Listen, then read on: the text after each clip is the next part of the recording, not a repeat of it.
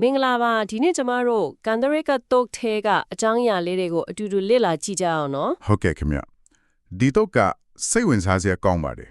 မြတ်စွာဘုရားစံပန်မြို့ဂဂရေကန်နာမှာတည်တင်းသုံးနေတဲ့ချိန်ပေါ့อืมအဲ့ဒီအချိန်မှာစင်ထိန်တာပေတဲ့ရတဲ့ပရိဘောစကန်ဒရိကရရောက်လာကြတယ်ဆိုပြီးတော့ဇလန်းကစတာနော်ဟုတ်ကဲ့ကန်ဒရိကအဲ့ဒီမှာယဟန်ထံကလေးရဲ့တိတ်ဆိတ်ငြိမ်သက်မှုကိုတွေးပြီးတော့အယံထင်ကြီးသွားတယ်။အော်ပြီးတော့မြတ်စွာဘုရားရဲ့တွင်တင်မှုကအတိတ်ပိစုပန်အနာဂတ်ဖျားရှင်တွေရဲ့နီလာအတိုင်းပဲဆိုပြီးတော့ချီးမွမ်းလျှောက်ထားတယ်လေဟုတ်ကဲ့မြတ်စွာဘုရားကလည်းသစ္စာကိုအတိမပြုတယ်နော်မှန်ပါတယ်အဲ့ဒီတန်ဃာတွေထဲမှာအာသဘောကုံပြီးသားယဟန္တာတွေရောတေခပ်ပုဂ္ဂိုလ်တွေရောရှိတယ်လို့မိန့်တယ်တေခပ်ပုဂ္ဂိုလ်ဆိုတာကတတိပဋ္ဌာန်လေးမှာကျင့်ကြံနေတဲ့ပုဂ္ဂိုလ်တွေမှာဆွာလေးစင်မတဲ့စကောင်မှာကာယဝေဒနာစင်တဓမ္မအတိကြပဲအဲ့ဒီသတိပဋ္ဌာန်ကျင့်ကြံနေသူတွေရှိတယ်လို့ရှင်းပြခဲ့တာအဲ့ဒီအချိန်မှာစင်ထိန်ထားပေးတဲ့ကဝင်ပြောတာကစိတ်ဝင်စားဖို့ကောင်းပါရောဟုတ်တယ်သူကဘာပြောလဲဆိုတော့ဒီသတိပဋ္ဌာန်ကျင့်စဉ်တွေကလူဝတ်ကြောင်တွေတောင်ကျင့်လို့ရတာပဲဒါတိတော့ဝမ်းတာတဲ့သူတို့လည်းကျင့်မယ်ပေါ့လေ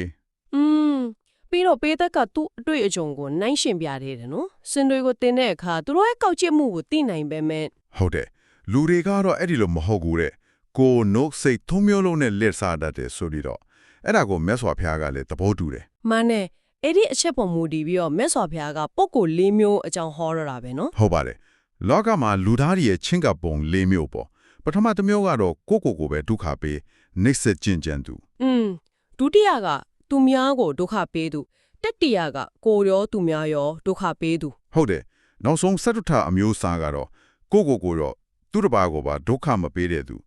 ကိလေသာငြိမ့်ပြီးတော့ဒီဘဝမှာပဲငြိမ်းချမ်းမှုကိုရှာတွေ့တဲ့သူပေါ့မြတ်သားကရှင်းရှင်းချင်းချင်းပဲစတုထမျိုးစားကိုသဘောကျတယ်လို့ပြောသွားတယ်နော်ဟုတ်ကဲ့ပရမသုံးမျိုးကချမ်းသာခြင်းနဲ့ပြောပြီးဆင်းရဲရောက်မဲ့အလုပ်တွေလုပ်နေကြတာကို तू လက်မခံနိုင်ဘူးဆိုပြီးတော့နိပြီးတော့ तू ကိစ္စနဲ့ तू ပြန်သွားတယ် तू ပြန်သွားတော့မြတ်စွာဘုရားကပဲတက်ကိုချီးကျူးသေးတယ်နော်ပညာရှိတယ်ဒီလောက်နားယုံနဲ့တင်ဂျူးများသွားပြီအသေးစိတ်ဆက်နိုင်ရင်ပို့တော့အဂျူးများအောင်မယ်ဆိုပြီးတော့အဲ့ဒါကြောင့်ပဲမြတ်စွာဘုရားကပုဂ္ဂိုလ်၄မျိုးကိုအသေးစိတ်ဆက်ရှင်းပြတာပေါ့ဟုတ်ကဲ့ပထမမျိုးစားကိုနှိမ့်ဆက်သူဆိုတာကိုဘယ်လိုရှင်းပြလဲအဲ့ဒါကတော့လေတုကစရိယအပြင်းထန်ကျင့်တဲ့သူတွေပေါ့ဥပမာအဝတ်မဝတ်တာတော့လက်နဲ့မစင်တုတ်တာတော့အစားတောက်ဆင်းရဲခန္ဓာစူပေါ်အိတ်တာမျိုးတွေပေါ့အိုးဒုတိယမျိုးစားသူတစ်ပါးကိုနှိမ့်ဆက်သူဆိုတာကောအဲ့ဒါကတော့ရှင်းပါတယ်တောတတမဝတ္တတမမိုးဆိုးတငါတခိုးထောင်မှုစတဲ့သူတွေပေါ့သူများအသက်အိုးအိမ်ကိုထိခိုက်စေတဲ့အလုပ်လုပ်သူတွေ yes ပူဆိုတဲ့ပြီးရင်တော့ပုံနာလို့ပေါ့သူကိုယ်လည်းပင်ပန်းခံတယ်ဒေးချန်တွေအများကြီးတတ်ဖို့အမိန်ပေးတယ်လူသမားတွေကလည်းငိုယိုပြီးလှုပ်လို့ရတယ်ဆိုတာမျိုးပေါ့အဲ့တော့စတုထမျိုးစားကလုံးဝကွဲထွက်သွားပြီကိုရောသူများရောဒုက္ခမပေးတဲ့သူဟုတ်ပါတယ်အဲ့ဒီပုဂ္ဂိုလ်ကတော့ဖျားရှင်တရားနာတယ်ယဟန်ပြူတယ်သီလဆောင်ထိန်တယ်ပါဏာတိပါတာရှောင်းတာမျိုးပေါ့ရောင်ရဲတယ်အင်ဒရီဆောင်စီးတယ်တတိတံပစင်နဲ့နေတယ်ဒါတွေပါတာပေါ့နော်မှန်ပါတယ်ပြီးတော့အဲ့လိုနေရင်ကနေနိဝါဏတရားတွေကိုပယ်ပြီးတော့ဇန်၄ပါးကိုရအောင်ကျင့်ကြံတယ်အဲ့ဒီစိတ်တည်ငြိမ်မှုကနေပညာဉာဏ်တွေဖြစ်လာတာအဲ့ဒီကနေမှဝိဇ္ဇာ၃ပါးဆိုရယ်အဆင့်မြင့်တဲ့ဉာဏ်တွေရလာတာပရမဉာဏ်ကရှေးဘဝတွေကိုပြန်မြင်တာဟုတ်တယ်ပူပေနိဗ္ဗာန်တို့တတိဉာဏ်ပေါ့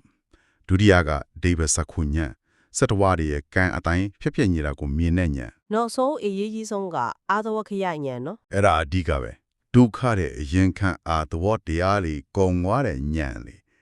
အဲ့ဒီဉာဏ်ရရင်တော့လွတ်မြောက်မှုနိဗ္ဗာန်ကိုမျက်မှောက်ဖြူတာပဲနောက်ထပ်ဘဝမရှိတော့ဘူး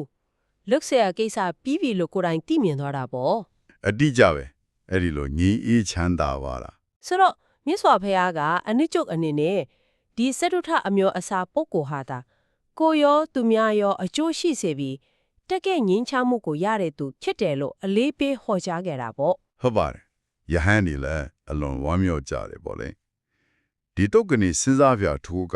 ဟုတ်ကဲ့ဘာများဖြစ်မလဲကိုညင်ဆဲတာပထမမျိုးစားနဲ့သူများကိုညင်ဆဲတာဒုတိယတတိယကိုမလုပ်ဖို့ပြောရုံနဲ့မဟုတ်ဘူးအဓိကစတုထအမျိုးစားရဲ့အတွင်းစိတ်